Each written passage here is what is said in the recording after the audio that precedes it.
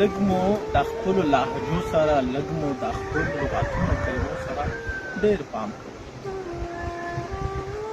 د ټول عمر خواري صرف دغه دوه کلمې پر سین باندې دا خوښي او هغه سړی ټول عمر ذهني مشوش شي او یو بل نفر چې هغه واوري بیا ټول عمر له انسانیت څخه کرکه کېږي. همدا دی چې نن سبا یو څوک چې بل چا سره مرسته کوي لس ځلې فکر ورباندې کوي. هغه جمله زما ډکشنري کې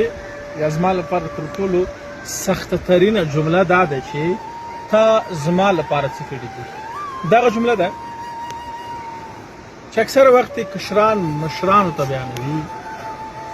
تا زما لپاره څه کړي دي او دا د دې جواب بیا دومره ستر وي، د دې جواب بیا دومره لوی وي، د دې جواب بیا دومره لای انتها وي چې تر دمګړې پورې هم یو څوک په دین د توانېدلی چې یو چا ته